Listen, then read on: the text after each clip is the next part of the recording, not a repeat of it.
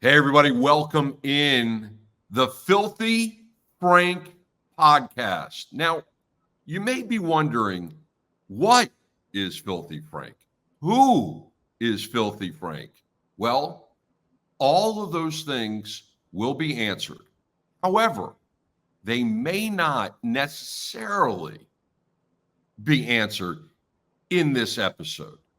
I'm Bruce Silverman along with Kevin Finley. Kevin, are you Filthy Frank, or is Filthy Frank Kevin Finley?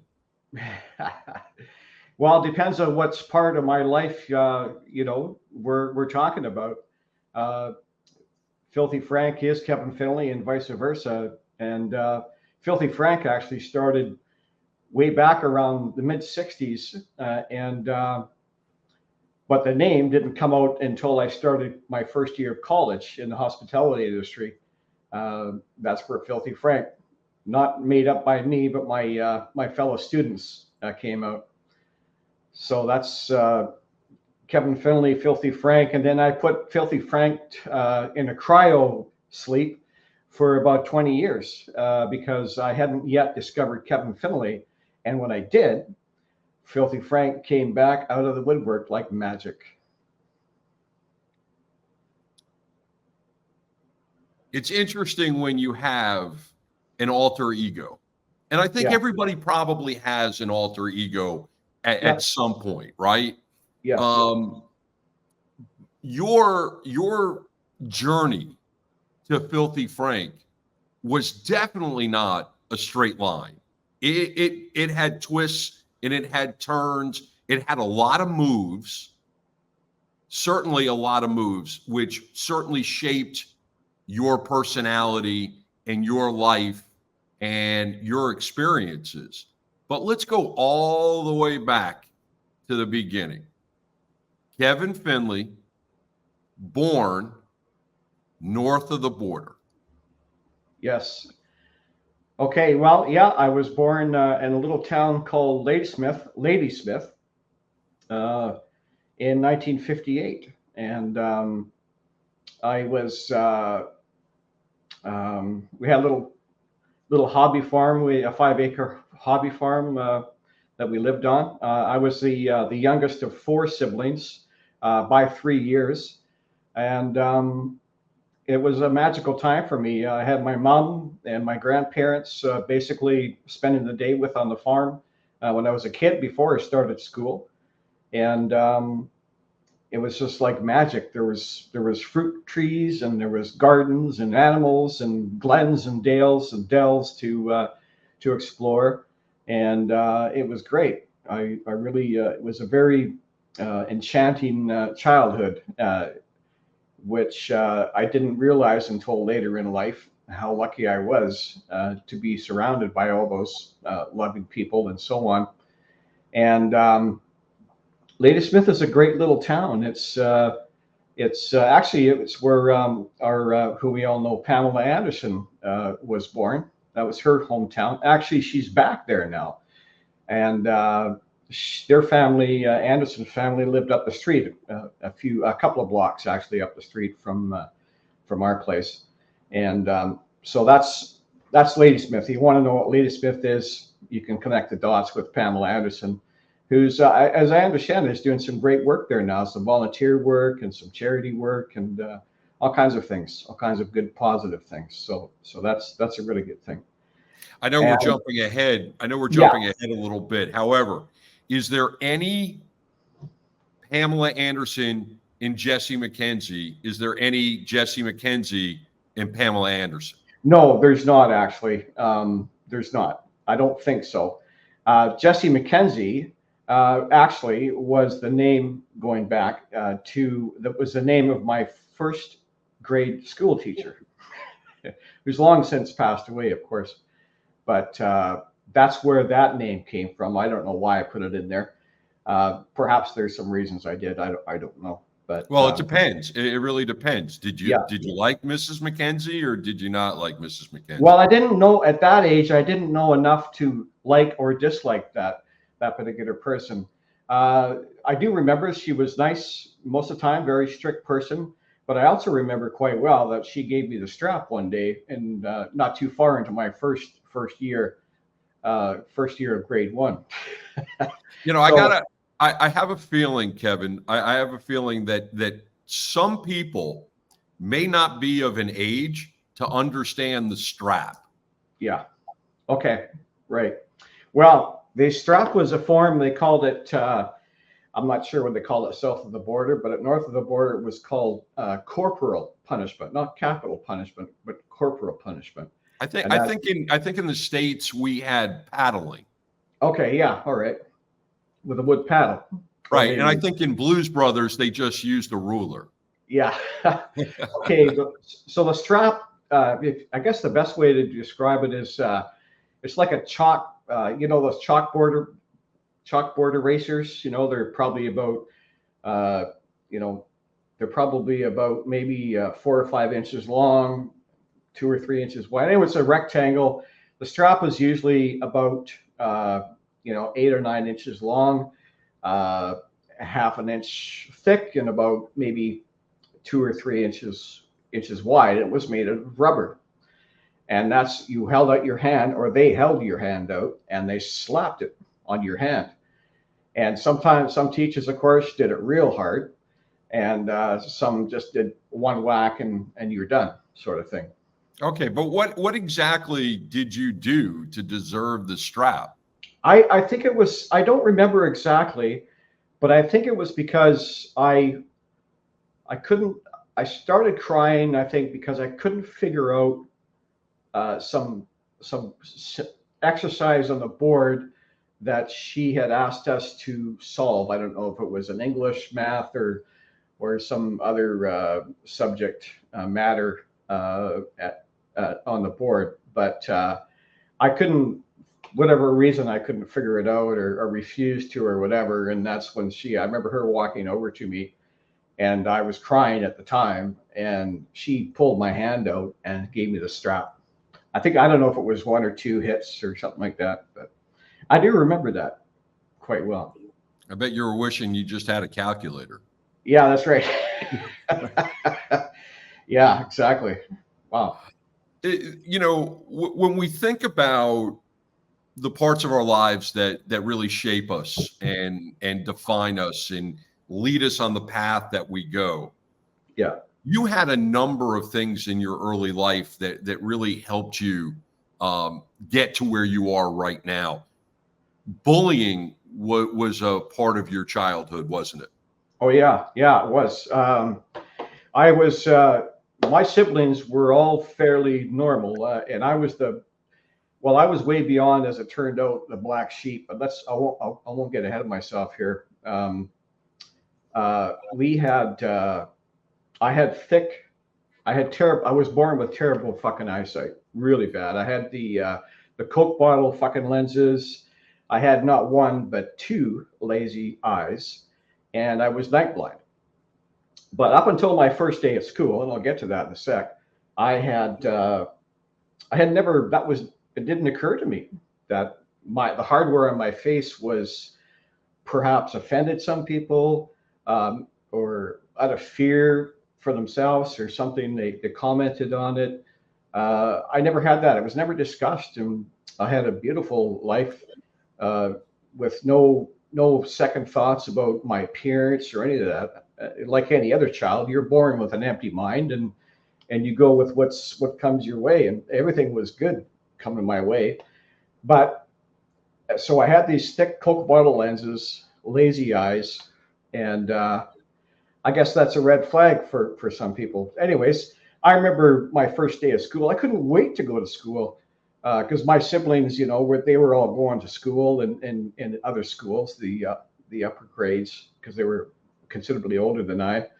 And so I thought, okay, well, I had my brand new lunchbox. Maybe it was a Superman lunchbox, I don't know, and my exercise books or whatever. And I had I walked out of the house that morning and walked across the street. Now this is a 2-room schoolhouse.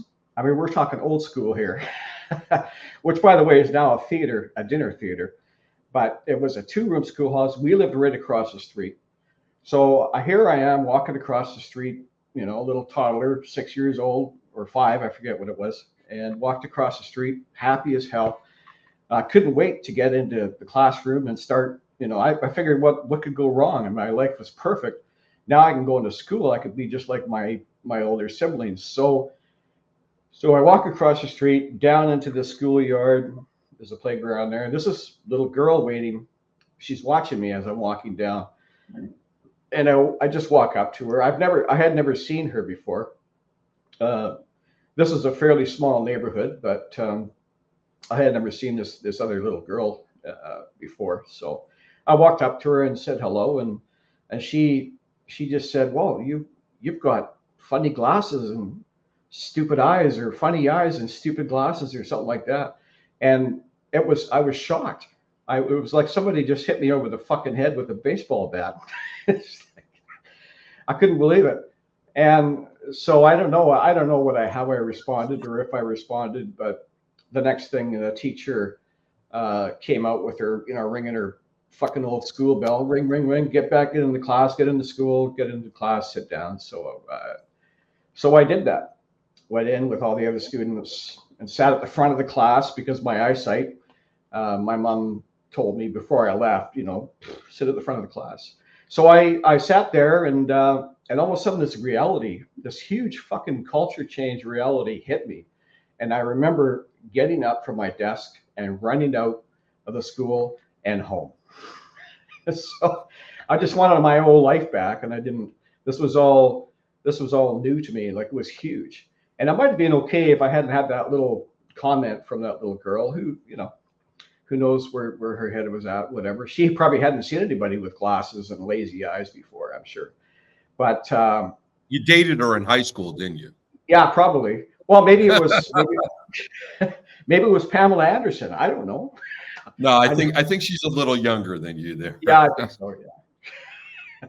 Well, I mean, certainly bullying is something that is very much talked about today. I don't know necessarily that it was talked about so much in the early 60s, but that certainly molded you in a certain way. But there were other aspects of your life that had indelible imprints on you as well. You moved around a lot.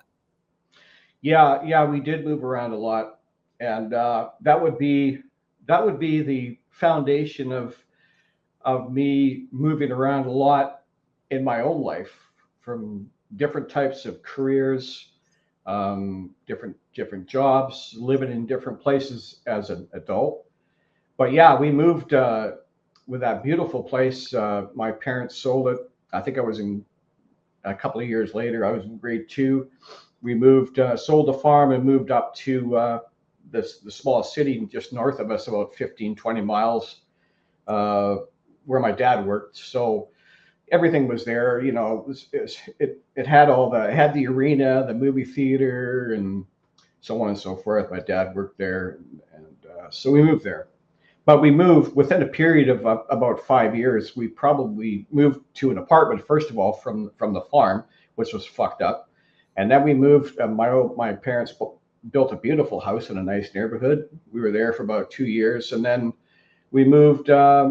We moved back to an apartment, and then about a year later, we moved into another house, a very small house, where, you know, the boys slept in their room and the girls slept in their room. So it was a small house for a family of 6, and we stayed there probably, I think, for many years, probably up until the early 80s, I think, somewhere in there. So we were there for about 10 years. And so, yeah, there was, you know, I grew up in that, and it was a rough neighborhood that we moved to. It was Harewood. And, but as a teenager, I don't know, I had some really good memories, had some good friends. We had a blast. I mean, we did a lot of stuff. And actually, I've written a book on that. And that's where Jesse McKenzie was a character in a subplot for that book. And that story got too big. And so I pulled Jesse McKenzie and one of the villains, the evil person, out of that story altogether, and put that story on the shelf, and wrote the created a story around Jesse McKenzie, the heroine, and Constable Murphy, the sociopathic villain. So, but anyways, I digress. I'm probably getting ahead of myself. No. Digress away. You know, Okay.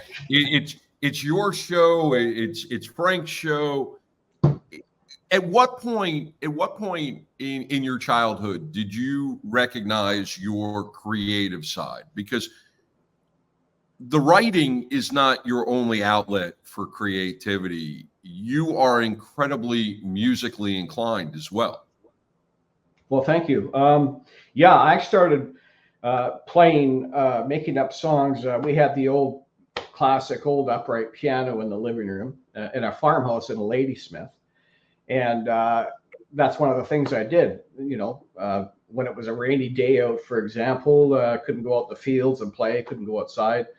So there was the old family piano, and I do distinctly remember, I don't know when I started doing this, but it was well before I went to started going to school.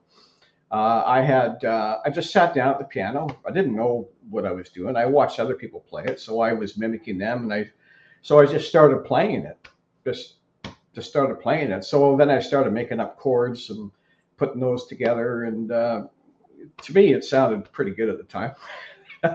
So music was my first outlet, and I think it's because it was a way of expressing what was happening up here in my imagination, and that was the closest thing I think that I could do at that time. And my mom just let me go, hey, go ahead and play the piano. So I did, and that's what I did over the years. They discovered, I guess, at some time they realized that I was musically inclined, so they sort of encouraged me in that direction. I took accordion lessons for 3 years, of all things. And So what you're telling me is it could have been you instead of Weird Al. Yeah, that's right. It could have been me. So yeah, you can imagine myself playing the accordion and wearing a fucking kilt walking down the street. That could look pretty funny. But But did you have the glasses at the time? I did. Yes, I did. Yeah. Yeah. So it was classic, actually. I was a total nerd, big time, and a good target for the, especially for the Uber sheep. Uh, you know, but I guess and I had learned how to read music, but I produce music now and it's on my website, a lot of it, and the YouTube channel, Coast Cafe Soundscapes, by the way. This is where most of my music resides at the moment, and along with my website, and it's all by ear. I don't read music at all, and everything is done by ear. So yeah, that was the first expression, I guess, of the first outlet for my imagination was the music, creating music, and after that, I started doing artwork at some time. I remember it well. Actually, my brother and his girlfriend were both killed in a devastating car accident in 1974. And we had, there was no trauma counseling, none of that. You just deal with it, Kevin. So I started painting. I don't know why. I started painting artwork, landscapes and stuff like that, the usual bullshit. And I did that, and that's where I started with the artwork. And I did that over the years, off and on. More seriously, when I think my best work was created later, much later in life, around between 2010 and 2012. I had my own waterfront apartment overlooking the harbor, and it was a huge aspiration. Plus, big bonus, I lived on my own, single, so nobody to please or make compromises for. It was just me. So that's where I really made some good artwork, paint and brush, old school type. And I actually sold it quite a bit, quite a few pieces on a local level. And so so art and music were my two main outlets, I guess, for me to do my thing, I guess. But then after some, which we'll talk about probably in another segment or so on, after some revelations about myself in 2018, those angels and demons that were still knocking from inside my soul were still, the music and artwork wasn't enough. And over the years, I had always come up with these ideas for stories. And I said to myself, Kevin, why the fuck don't you start writing? So I did. Within a year of all those revelations, I started writing my first novel, and I found that I couldn't stop. I was doing it night and day. I was writing, and before I knew it, I had about a 350-page novel on my hands. That was way too big because it was my first attempt. It sucked. It needed a lot of fucking work. But that's where Jesse McKenzie came out. Okay. Yeah. Let's jump back a little bit. Okay. Let's talk about your family a little bit more. Your mom, your dad, your siblings. You know, you just mentioned that you lost one of your brothers, but let's go back and let's discuss family and what your childhood was like with them. Yeah. Okay. Yeah. So it was my parents. Just a sort of average, mediocre-minded, middle-class working family.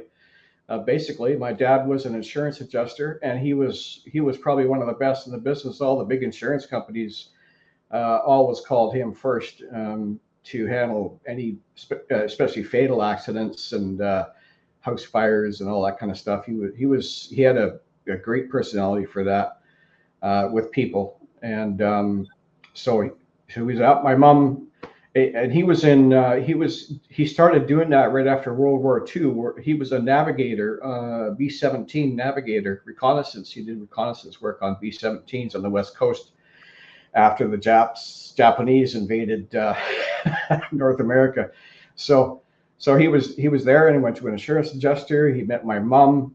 She was a secretary in the office he worked at. So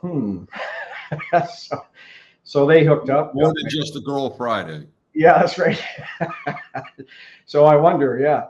So anyways, they started the family. I was the last one in the pack, so to speak, and my brother was the next oldest one. He was like any brother, big brother, you know. He was one of those normal, football star type guys. You know, he was the fave. And he was the guy who was always going to be the most successful, and he was good to me. He was a bully to me sometimes too, but in the big brother, little brother sense of the term. And my two sisters, the oldest one, she's been great. I still talk to her. We keep in touch. And the next one down, a sister who turned out to be a complete bitch from hell, and we have nothing to do with her. How did the loss of your brother affect you? How old were you at the time? I was okay. Yeah. So I had just turned 16. I had worked, my brother was working in a sawmill at the time, one of the local sawmills, and there's many of them around the area here on Vancouver Island. And I was in grade 10, I think. And I was like, I don't know, so many things. I was being bullied by teachers and by some of the local assholes. It was a rough neighborhood that we went to school in. And so anyways, I would working with my brother. I quit school. I'm not sure. It was late winter. I quit school, said, fuck it. I'm not going to do this anymore. And then I went to work in the sawmill he was working at. I lied about my age. I was only 15, but you had to be 16 legally to work. I lied about my age. They gave me a job. So I was working there. And on the weekend, my brother went to a certain weekend. About a few weeks after that, he went to a concert in Victoria where Chuck Berry was playing, him and his girlfriend. And they were supposed to stay overnight that night at my sister's place, who lived in the same city at the time in Victoria. And but they decided to drive home. So on the way home, of course, they got to do a head-on collision. A drunk driver went off the road, went out of his lane into their lane. It was only a 2-lane highway, and head-on collision. They were both terminated at that point. So now, after I didn't learn about this until the next morning. I wake up and my parents are in the kitchen crying, and I guess the police showed up with the notification a few hours before, and there was no. I remember there was no. My parents weren't the hug type. They never said "I love you," not the hugging type. There was none of that touch sort of thing going on, and it was like we had pink elephants in the fucking living room all the time, but nobody would talk about them. And there was more than one pink elephant. So that was it. I remember sitting down at the dining room table while they were in the kitchen crying, and I was reading the morning newspaper. And I just stared at it. I just stared at it because I didn't know what else to do. And I think later in life, of course, well, I've got to remember at that time, like going to counseling and so on, you were automatically, the mindset was that if you go to see a shrink, then you're fucking mental and you're going to end up in the loony bin. So that was the mindset at the time. And it wasn't until I was deep into maybe before, but into my midlife crisis in the late 90s that I just broke down. I just went and saw my doctor. It took you that long. Yeah, it took me that long. And possibly what even perpetuated this even more so was the fact that a cousin who was like a brother to me, more like a brother than my brother was, he was killed in a motorcycle accident about 3 or 4 years before that. And again, there's no counseling, nothing like that. And I think with all the other things that were going on with me in life at that time, sort of all came together one day, and said, Kevin, you got to shut things down, everything. So I went and saw my doctor, blah blah blah. I went and got counseling, and at that point, I had just decided to close my mind down. I couldn't do anything. So I ended up, I lost my family, lost my trucking business. I went bankrupt. I was in a bankruptcy. Everything was fucking totally destroyed. And I spent 2 years in exile in a friend's basement suite that had one little tiny fucking window up above at eye level. So very cliche. Yes, very. So I mean, I laugh about it now, but it was like totally fucking devastating. But it's like sometimes, I've heard it say to people have said, if you really want to change your life in a profound way, you have to die, basically. You have to shut everything down. You have to fall, and then you build yourself up the ground up. And I had some angels help me with that, building it up. And I'll get to that at some point later. Yeah, I think there's an old saying, you have to die before you can live. Yeah, that's a good one. Yeah, that's a really good one. Yeah. What about your friends? What about your friends? Friends. How did they mold you?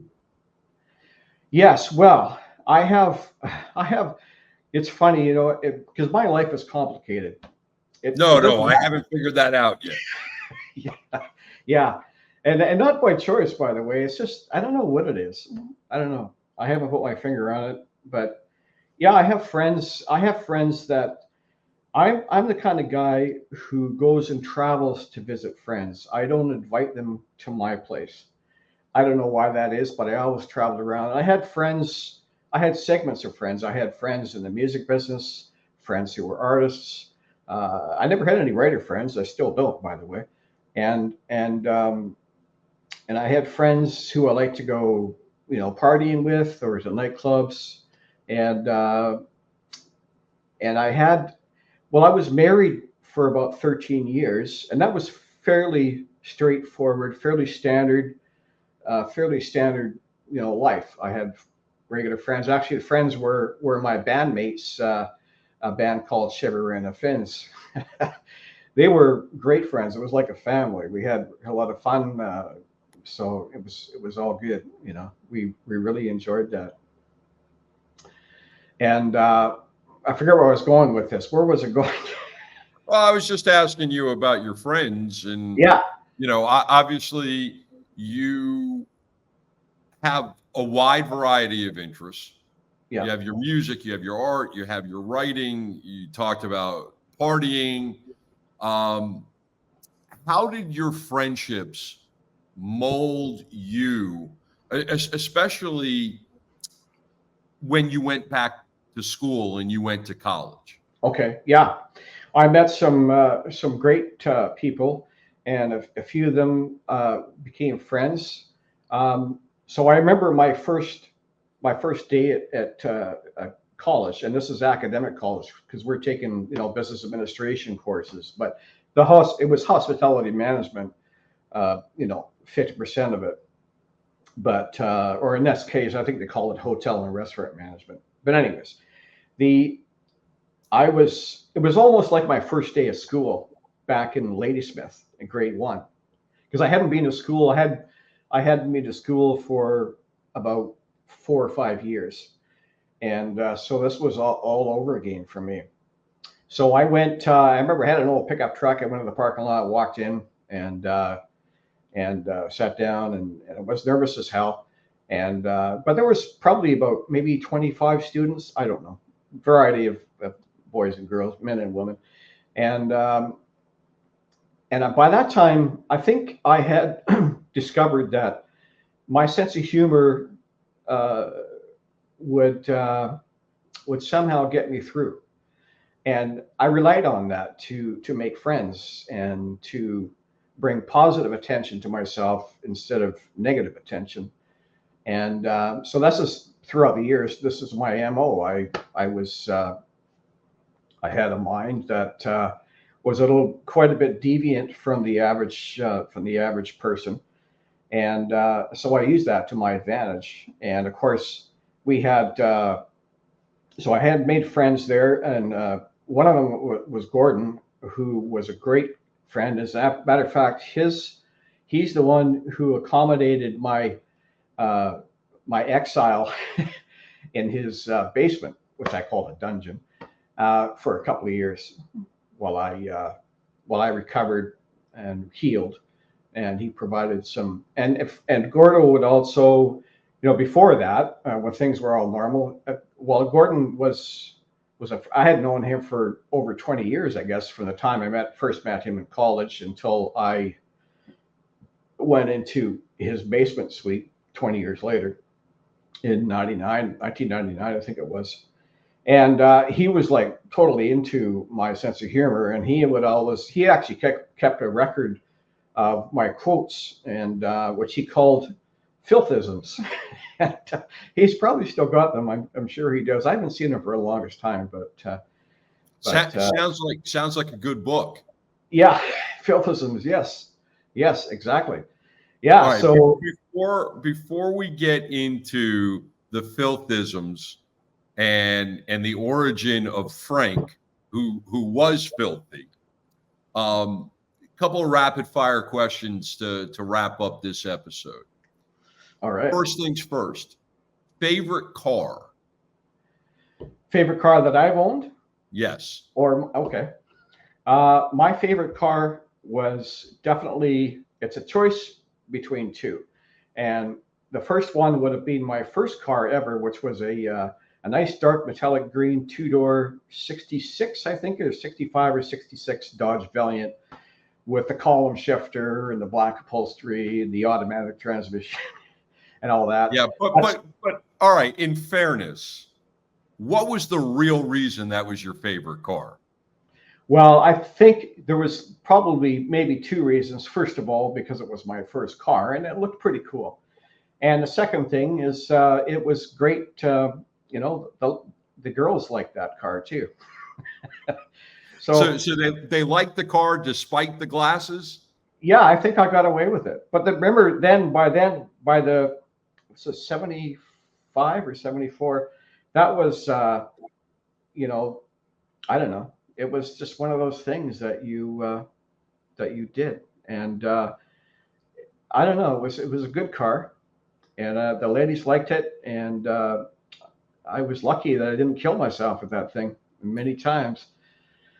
But the other car got to be the best one. I bought it brand new, 2013. It was a Fiat Cabriolet, and I bought it. It was still in the shrink wrap when I bought it, and it was a Fiat Cabriolet, and I had it for over 10 years. And then one day last year, I was in a three-car accident on one of the highways here on the way to work, and thank God it had all the airbags and everything, yeah, because it saved my life. So, but it was total gone. But that was my favorite car because that's the first car in my life that I had bought new and actually paid off, and it was a beautiful little car, and I love convertibles.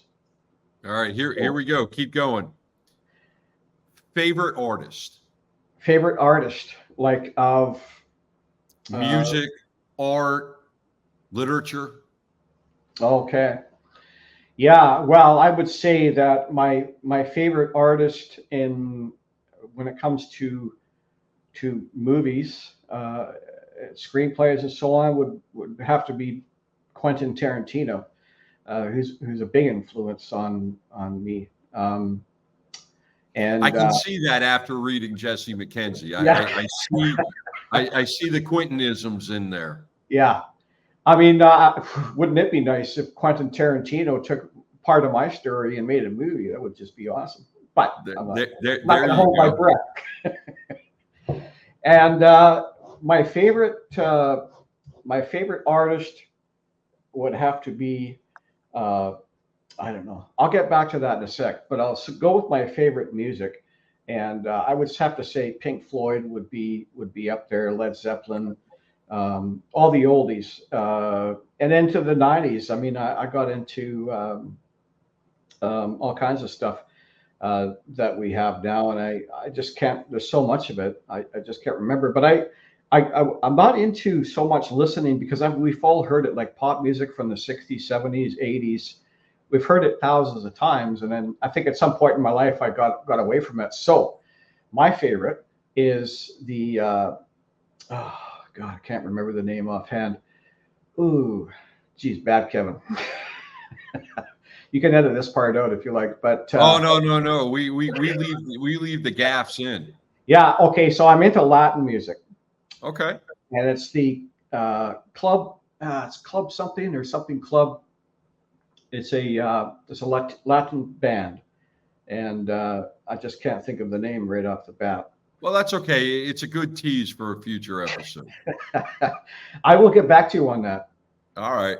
for sure. You talked about Gordon, and you talked about Gordon keeping a list of the filthies. Yeah, We'll wrap up this way. I did. Where did Frank come from? Okay, so Frank came from college, from one of my fellow students, and we were doing a skit one day. And well, we weren't doing a skit; we were doing actual service. It was a full service dining room, was our homeroom classroom, and once a week we had mock-ups where we had real customers, but during the classroom we had it where to practice because it was like we were learning, I don't know why, but we were learning first class French service, how to do all that and how to be a waiter in a first class restaurant. So half the class was split up and half the class would play the customer, the diners, and the other half would be the serving staff, bartender, waiter, whatever. So I happened to be a waiter. I think this is fairly only after a few weeks into it, our first run at this. And there was a full service kitchen too. So we actually really did take the orders and went to the kitchen and put them in, blah, blah, blah. So I came up and I think there wasn't really, they didn't really know me. We were fairly new to each other. It was only a few weeks into it. And then, but the diners were encouraged, the student diners were encouraged to, use fake names, and the waiters were encouraged to, use dialogue. It could be humorous, but maybe not too far off the board. And so anyways, I was a waiter on this occasion. I played the waiter. So I walked up to my table, my assigned table, which was a boy and a girl.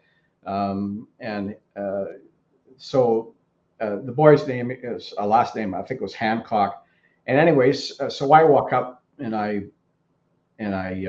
called him Mr. Handjob or something like that. And and then I told him about tonight's specials, which happened to be, all kinds of, unpalatable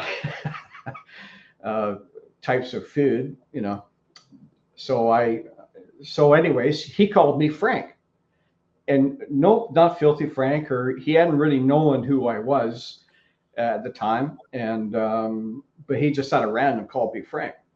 So after my dialogue with him, which was somewhat well, it was very filthy.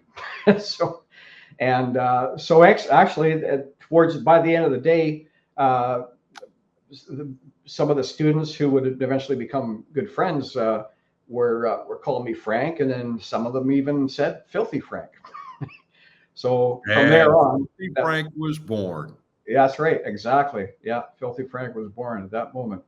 Well, one of these days we're going to have to talk about the menu, but that will be an episode for the future. Yeah, he's Kevin Finley or Filthy Frank, or they're interchangeable. They're one and the same. Whatever it is, it does not matter, because he is the author of Jesse McKenzie, Lesbian with a Gun, and we'll get into more about Filthy Frank. We'll find out why Jesse McKenzie was a lesbian. We'll find out why she had a gun, and we'll find out what she thought about her siblings. But that's all in the future. Thanks so much for being with us. He's Kevin. He's Frank. I'm Bruce. And I think I'm Bruce. And we'll see you next time on the Filthy Frank podcast.